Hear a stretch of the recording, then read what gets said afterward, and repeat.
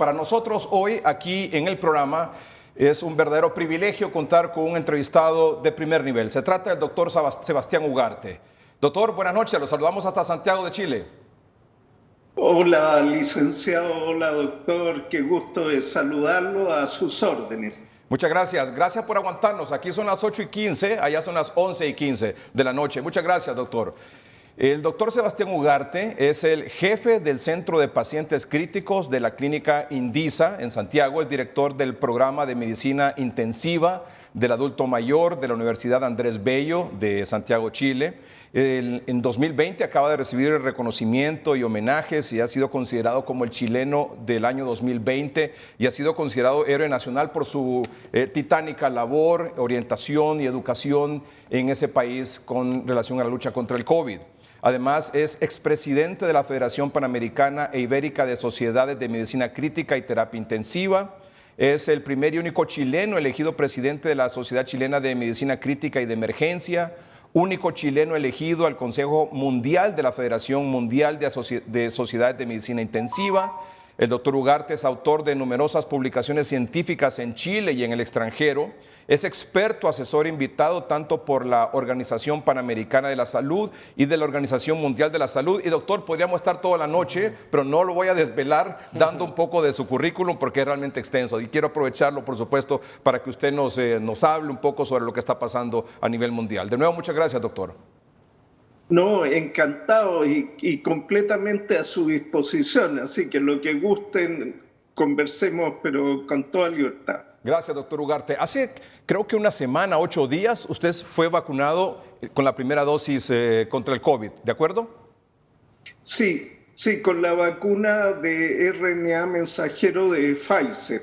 No he tenido ningún inconveniente, ninguna molestia, estoy bastante bien. Y el día 15 de enero me correspondería la segunda dosis.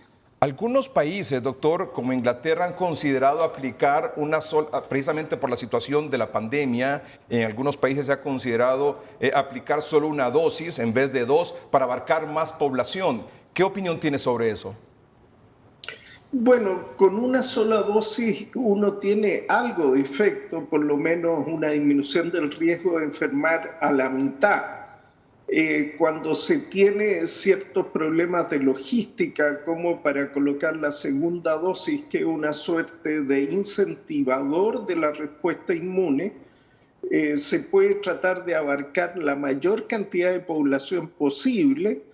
Y una vez que se ha abarcado la mayor cantidad de población posible, si se cuenta con logística, agregar la dosis de refuerzo para lograr el efecto de inmunidad comunitaria.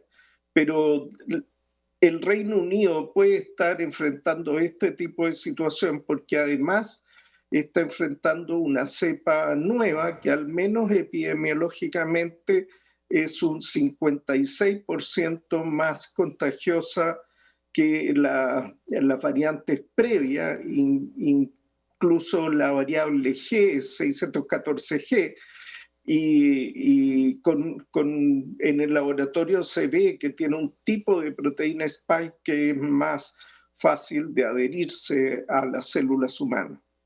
Doctor, una vez vacunado, ¿una persona puede ser contagiada por COVID-19? Sí, todavía sí, hasta que alcanza una inmunidad suficiente. Esto se consigue cerca de un mes después, porque después de 21 días de la primera dosis de vacuna recibe la segunda dosis y recién después de 7 a 10 días de la segunda dosis ya las posibilidades de enfermar se diferencian mucho de no haberlo recibido y empieza a superar el 90%. Y una persona que ha sido vacunada ya con las 2 dosis, ¿debe continuar con las medidas de bioseguridad? Es decir, utilizar el cubrebocas o mascarilla, lavado frecuente de manos y el distanciamiento social. Sí, lo recomendable es que sí, por lo menos mientras dura la situación de pandemia, pero cuando haya una parte de la población sumamente importante vacunada, va a llegar un momento en que se va a declarar la post-pandemia. y ahí solo se van a mantener algunas de estas medidas para los periodos de invierno o de mayor contagiosidad, pero como se hace en Asia, probablemente en los países asiáticos esto se hacía de antes, ellos ya tuvieron experiencia con el SARS, pero nosotros deberíamos ir volviendo gradualmente a una vida normal, manteniendo algunas conductas higiénicas que van a ser de utilidad para cualquier otra enfermedad a futuro. Doctor Ugarte, ¿cuánto tiempo va a durar la protección de la vacuna contra el COVID-19? La respuesta es que no lo sabemos con exactitud. Sabemos que por lo menos dura cerca de 2 meses, porque es lo que se estudió para lanzar la vacuna, para usarla en la práctica, pero ese tiempo se va a seguir evaluando en los días que siguen. Solo se siguió por un periodo corto de tiempo porque no podíamos esperar un año, porque había mucha gente enfermando y muriendo. Pero de acá a unos meses o a un año vamos a poder responder con exactitud. De momento podemos decir que por lo menos 2 meses, y cuánto tiempo más no lo sabemos. Doctor, ¿una persona que ya tuvo COVID debe vacunarse?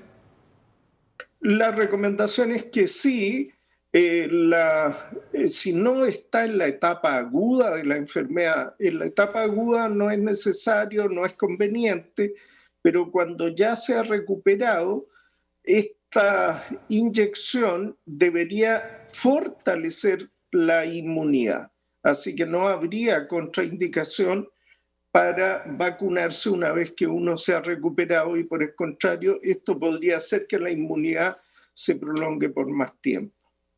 A ver si entendí bien. Cuando se le aplican las 2 dosis de la vacuna contra el COVID-19, ¿esta protección va a durar 2 meses nada más? No. Por lo menos 2 meses. Por lo menos 2 meses. Por lo menos Pero 2 no meses. sabemos cuánto más. O sea, es como cuando a usted le dan una garantía, usted compra un televisor y le dicen este televisor tiene garantía por 1 año, pero el televisor usted lo puede tener 10 años. Pero lo que le da la garantía al fabricante es que por lo menos 1 año se lo garantizamos. En este caso, hasta donde sabemos ahora, se puede garantizar por lo menos 2 meses, pero cuánto más dure lo vamos a saber en unos meses más. Doctor, ¿y la vacuna actual cree usted que protege contra cualquier variante del virus? Bueno, esto va a depender porque, por ejemplo, las 2 vacunas que son en base a RNA mensajero se han hecho dirigidos hacia la proteína S o proteína Spike de la superficie celular. Hablamos de la vacuna de Pfizer, BioNTech y la de Moderna. Si tiene cambios sustantivos en la proteína S, podría disminuir la inmunidad que confiere la vacuna.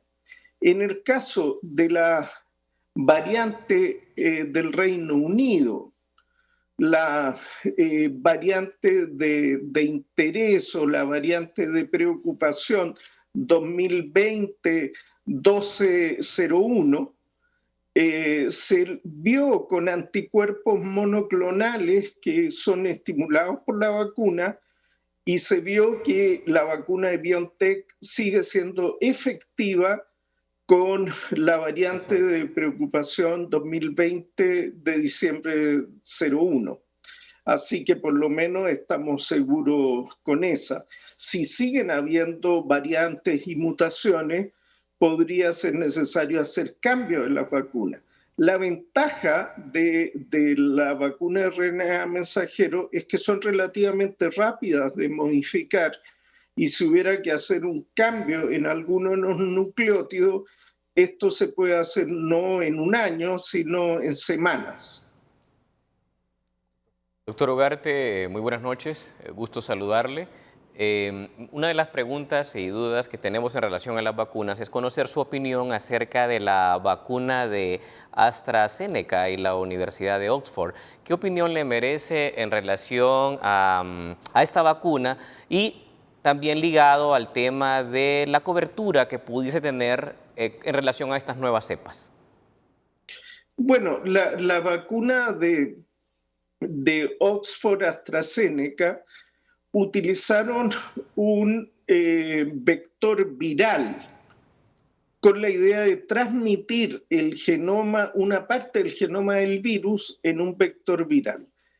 Para asegurarse de que este vector viral no generara ningún tipo de enfermedad en el humano, en vez de usar un adenovirus, que era lo que habitualmente se ha usado en otras vacunas, tomaron un adenovirus pero de chimpancés, no de humanos, con la idea que si se le inyectaba al humano no podía generar ningún tipo de enfermedad, pero cargándole parte del material genético del SARS-CoV-2.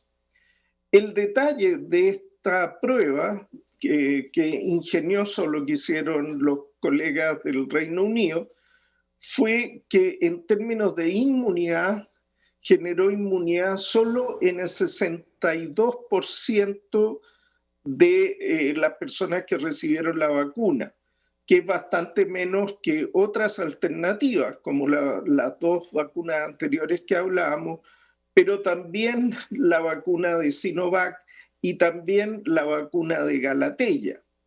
Entonces, ahí se ha generado un poco de preocupación. La casuística del Reino Unido ha tenido un poco de diferencia con la casuística americana, la de Brasil.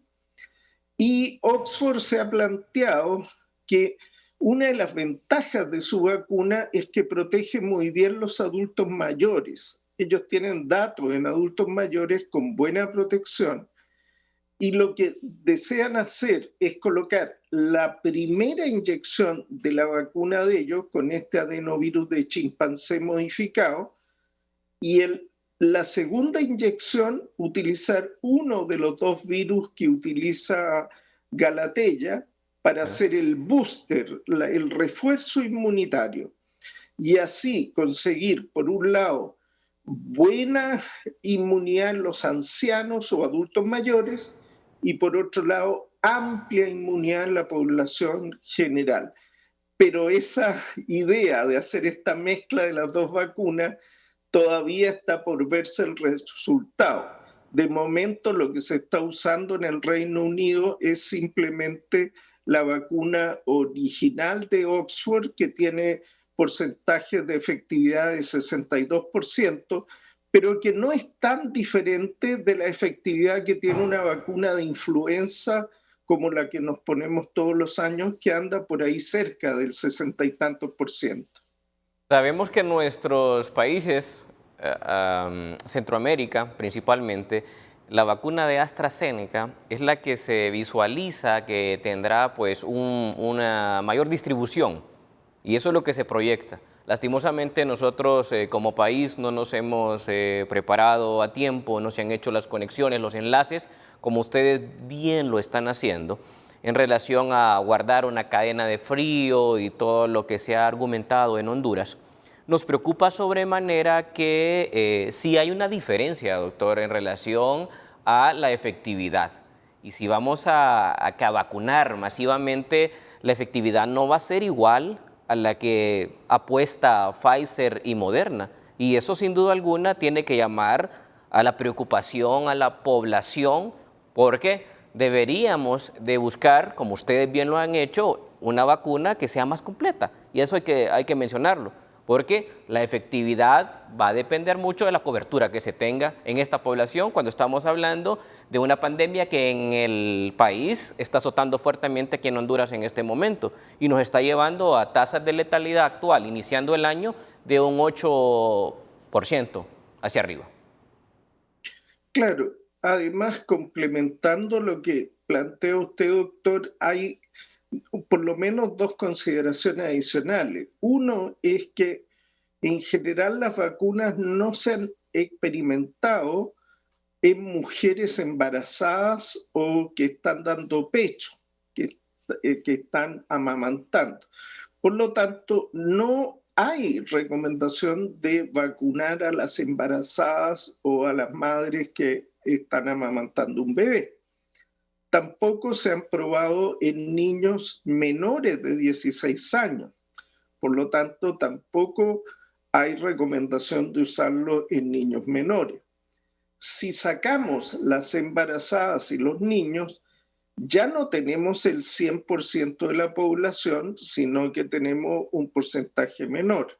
Si la efectividad de la vacuna es un 62% y no vacunamos a toda la población, y además de aquellos que se benefician de la vacuna, un porcentaje no va a querer vacunarse porque siempre hay algún porcentaje que tiene algún grado de inquietud o temor o por cualquier razón, no, falta de tiempo, lo que sea, no se vacuna.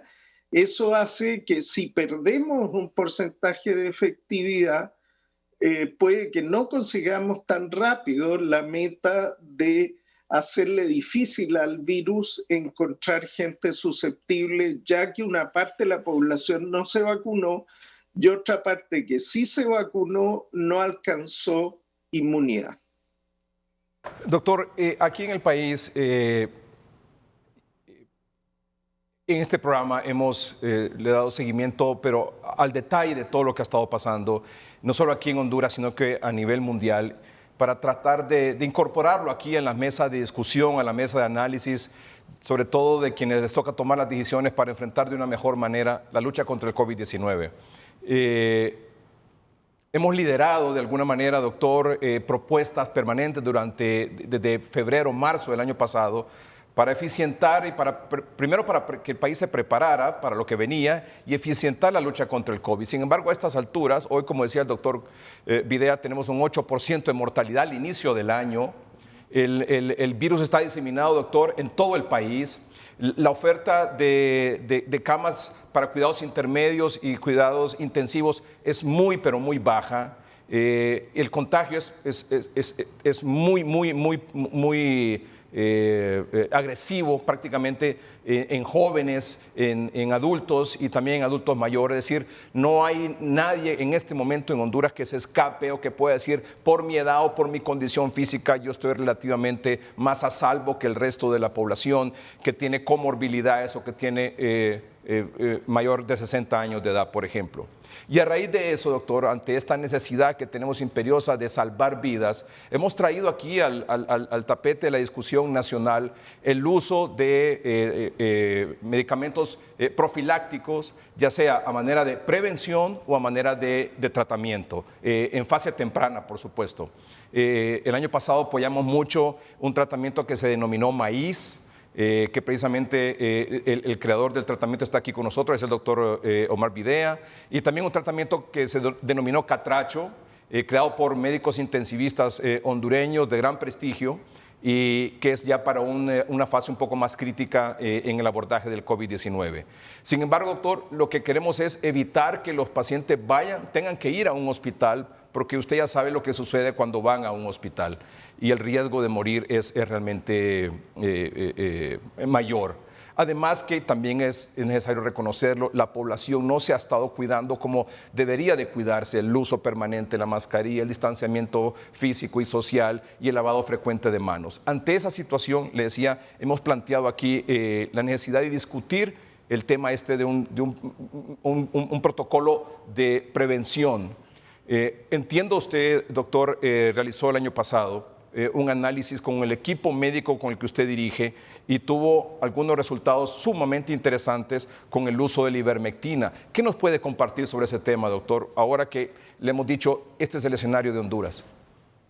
Sí, la verdad es que cuando vemos toda la evidencia que hay sobre medicamentos en tratamiento y en prevención, vemos que hay una serie de medicamentos que según pasan los meses han disminuido su nivel de evidencia y más bien ha aparecido evidencia en contra, mientras muy pocos medicamentos van creciendo en su nivel de evidencia y su nivel de apoyo. Entre los medicamentos que van a la baja, por decirlo de una manera clara, tenemos remdesivir, hidroxicloroquina, por ejemplo, que es hoy en día muy difícil recomendarlos. Eh, Liponavir, ritonavir, por ejemplo, vienen de bajada. Sin embargo, un medicamento que en algunos países se le ha dado poca importancia, ivermectina, tiende a subir en la cantidad de evidencia.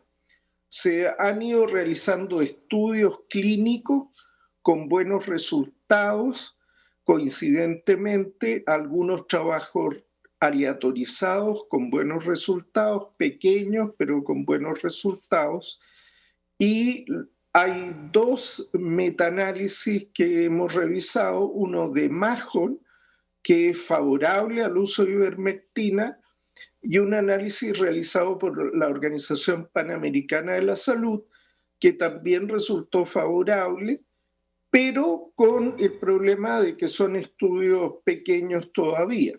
Ahora, nosotros comenzamos a ensayar diferentes formas de tratamiento y nos ocurrió lo mismo que ha ido pasando en la literatura.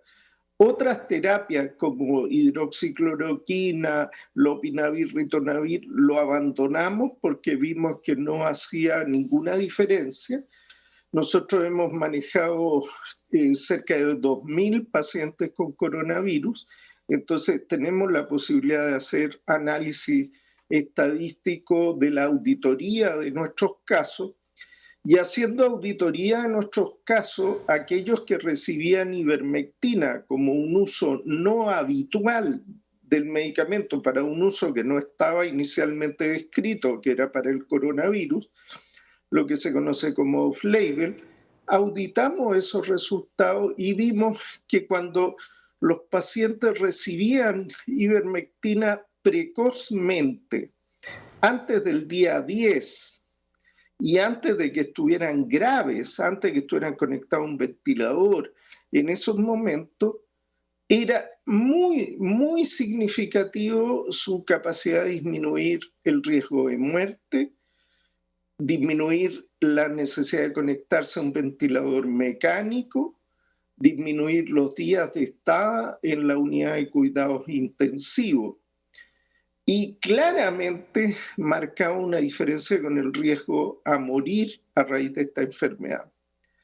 Con estos resultados, nosotros hemos propuesto hacer el uso preventivo de ivermectina y precoz, ya no en pacientes hospitalizados. Yo trabajo en un hospital privado y vemos solo pacientes hospitalizados, pero la idea era usarlo en forma preventiva.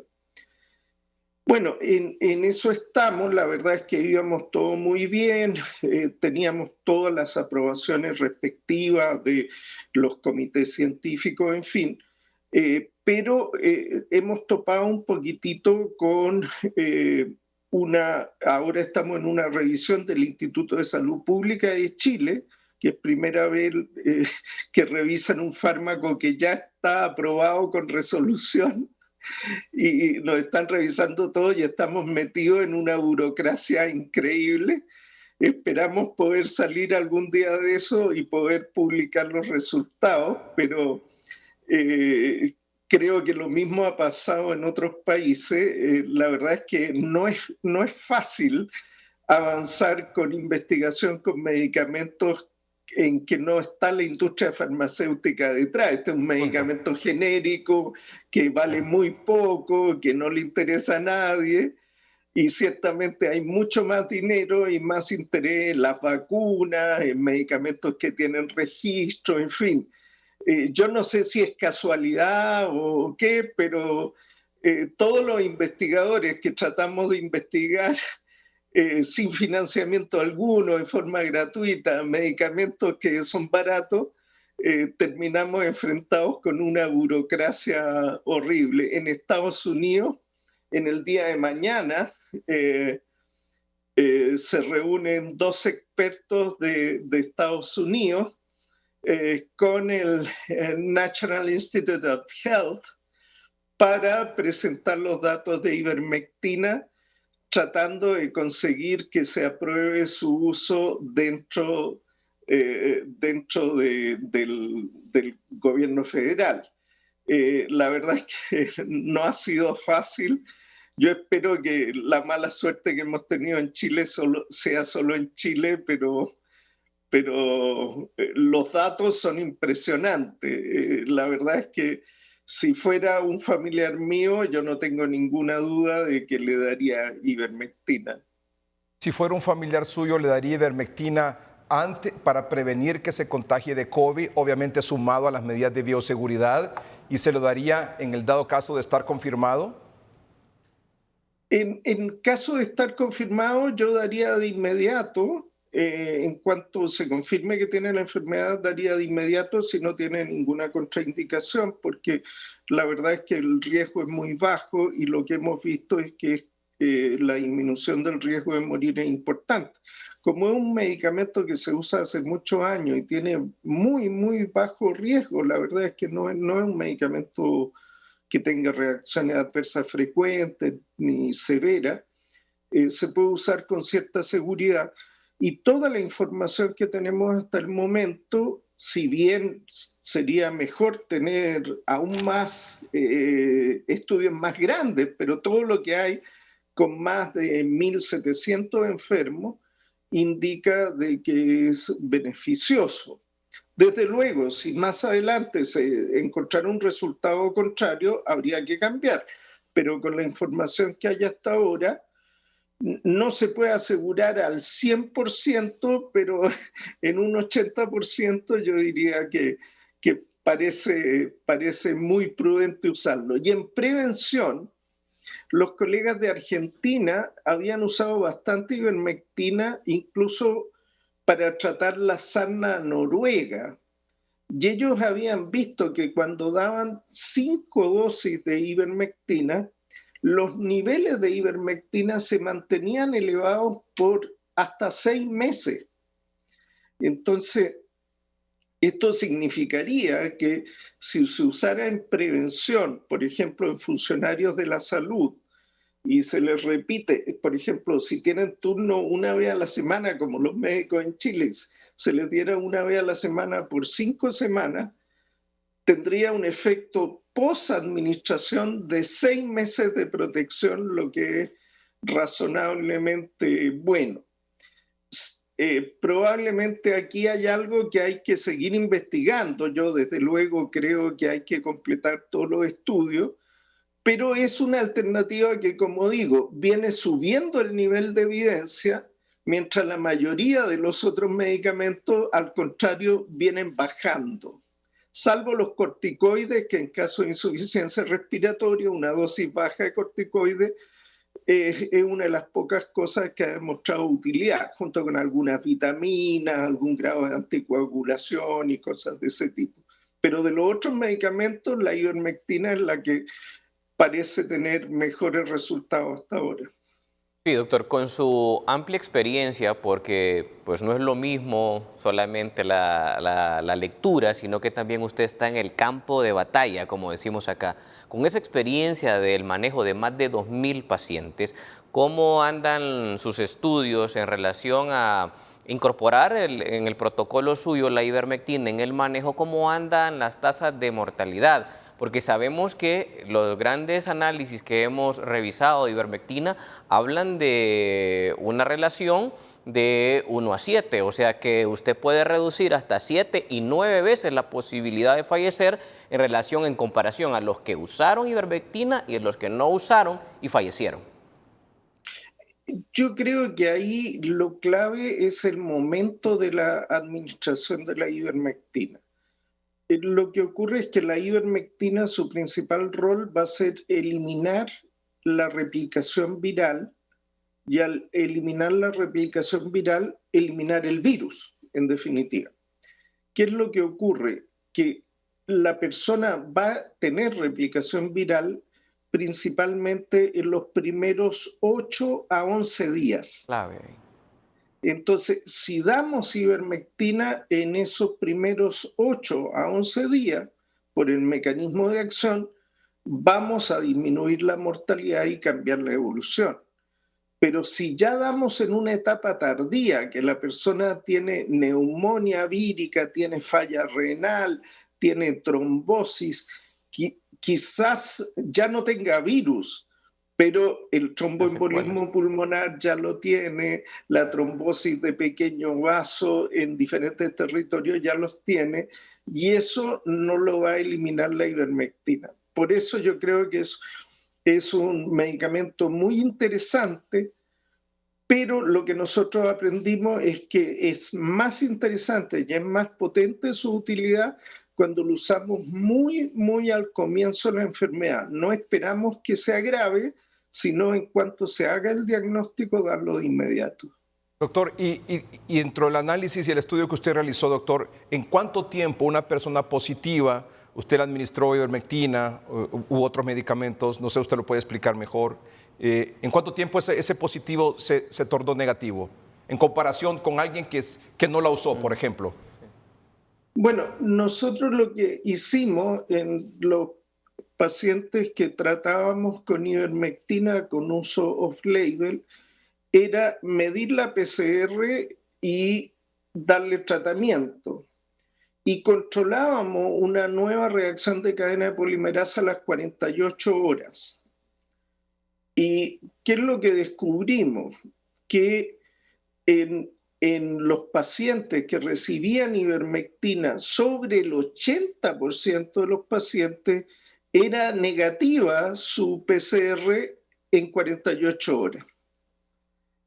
A diferencia de lo que ocurría si no recibían ivermectina, que seguían eliminando el virus más de la mitad de los pacientes. Entonces, la verdad es que había ahí algo que era significativo, que fue una de las razones que nos hizo seguir interesados en ahondar el efecto de este medicamento. Ahora, cuando hicimos una cronología en el tiempo y cuando vimos qué pasaba si el paciente ya llevaba muchos días o ya tenía falla pulmonar muy extensa o ya estaba con falla renal, veíamos que los pacientes que se les daba precozmente al comienzo de la enfermedad es los que más beneficio tenían.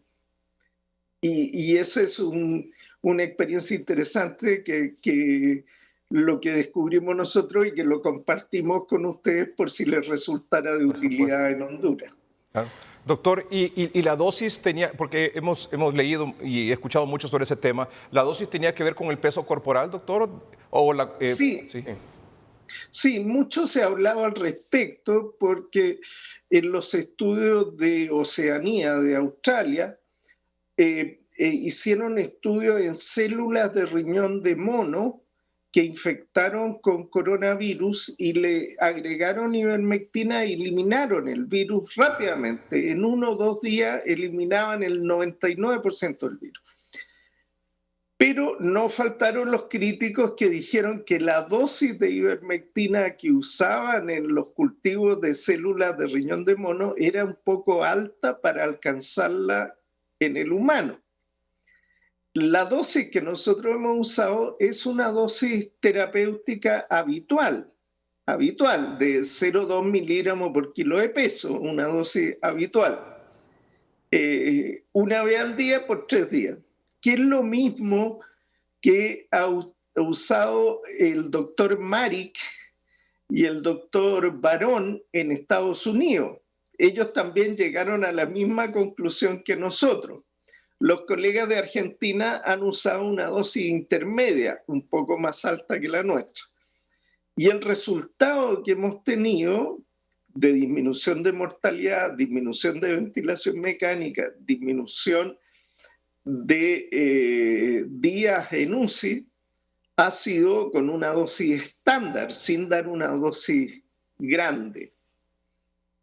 Doctor, y quienes son escépticos a este uso de la ivermectina, este reposicionamiento de la ivermectina para el COVID-19.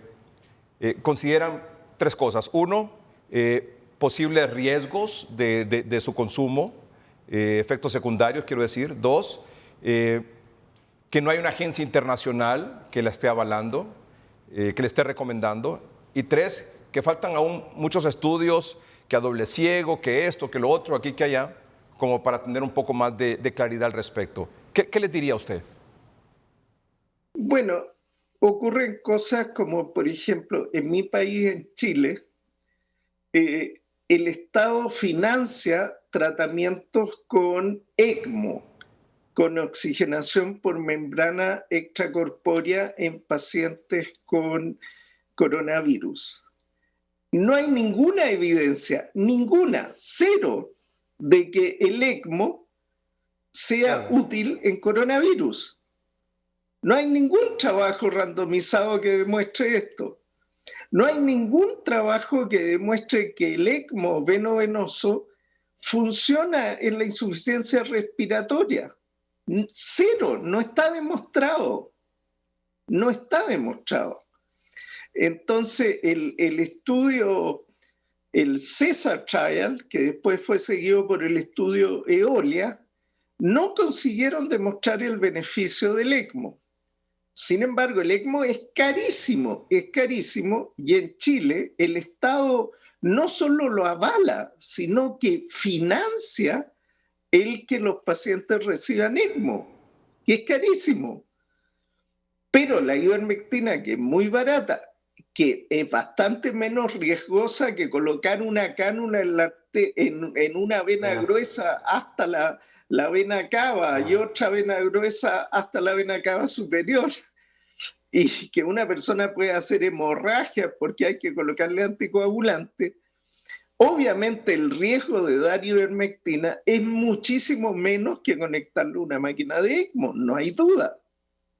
Entonces, pareciera que vivimos dos mundos cuando se trata de financiar ECMO. Diferentes estados, por ejemplo México, están usando ECMO y no hay evidencia de que el ECMO sirva. Quizás sirve, pero no está demostrado. Y cuando se trata de usar ivermectina, no. Yo estoy de acuerdo, hay que seguir investigando, hay que seguir estudiando.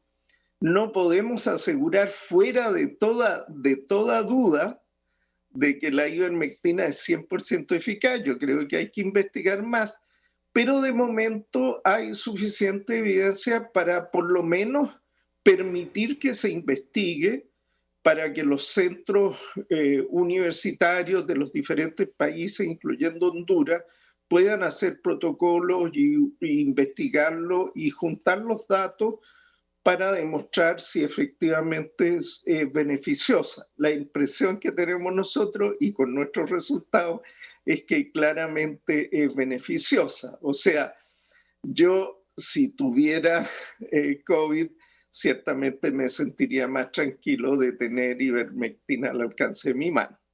Y finalmente, doctor, porque siempre nuestra recomendación ha sido no hay que automedicarse, consulte a su médico. O sea, con ese ya sea como profiláctico, evidentemente, o como en la fase inicial del tratamiento. Así es, así es. La verdad es que, como el caso de mi distinguido colega, el doctor Omar, él ha hecho un protocolo y ellos manejan los pacientes de una manera estandarizada, yo creo que eso es lo correcto. No es que una persona en su casa escucha hablar de un medicamento y va, lo compra y lo toma, no, sino que se ponga en las manos de un equipo médico que reciba un tratamiento y que cualquiera sea el tratamiento que reciba, sea todo registrado y ver la evolución. Pero las vacunas sirven para prevenir la enfermedad y para prevenir la enfermedad grave, y los corticoides sirven en la falla respiratoria para disminuir la gravedad si se da una dosis pequeña, y hay algunos medicamentos que al parecer podrían disminuir la etapa de replicación viral. Una vez usted ya vacunado con la segunda dosis en 10 días, menos quizás ahí en Chile, doctor, y usted seguirá, como nos dijo, hay que seguir con las medidas de bioseguridad. Dentro de esas medidas de bioseguridad, ¿usted agregaría la ivermectina como prevención? Y yo creo que la ivermectina tiene más sentido si uno no está vacunado. Yo creo que lo que uno debería mantener son uso de mascarilla, lavado de manos, distancia física, evitar mantenerse en sitios cerrados sin mascarilla y sitios concurridos. Eso básicamente. Es decir, en todo caso sería antes de ser vacunado. Antes de ser vacunado, sí. Doctor, le agradecemos mucho que nos haya acompañado esta noche. Ha sido impecable como las entrevistas que yo le he leído y he visto que usted ha dado a muchos medios de comunicación de todo el mundo. Es el doctor Sebastián Ugarte, jefe del Centro de Pacientes Críticos de Clínica Indisa, el director del programa de Medicina Intensiva del Adulto Mayor de la Universidad Andrés Bello de Chile. Ha recibido el reconocimiento también como chileno del año 2020 y ha sido considerado como un héroe nacional precisamente por su cercanía, su empatía con la población chilena y su lucha permanente y su orientación contra el COVID-19. Doctor, para nosotros ha sido un verdadero privilegio y quisiera su mensaje para el pueblo hondureño que lo ve en esta cadena nacional voluntaria. Bueno, Edgar, Omar y a todos los amigos que me ven desde Honduras, mandarle un fuerte abrazo, los deseos de lo mejor. El pueblo hondureño es un pueblo que se ha sobrepuesto a diferentes desafíos a lo largo de su historia. Es un pueblo muy querido para todos nosotros y comiencen este año sabiendo que comenzará el año con dificultad, pero no cabe duda que terminarán el año controlando esta pandemia.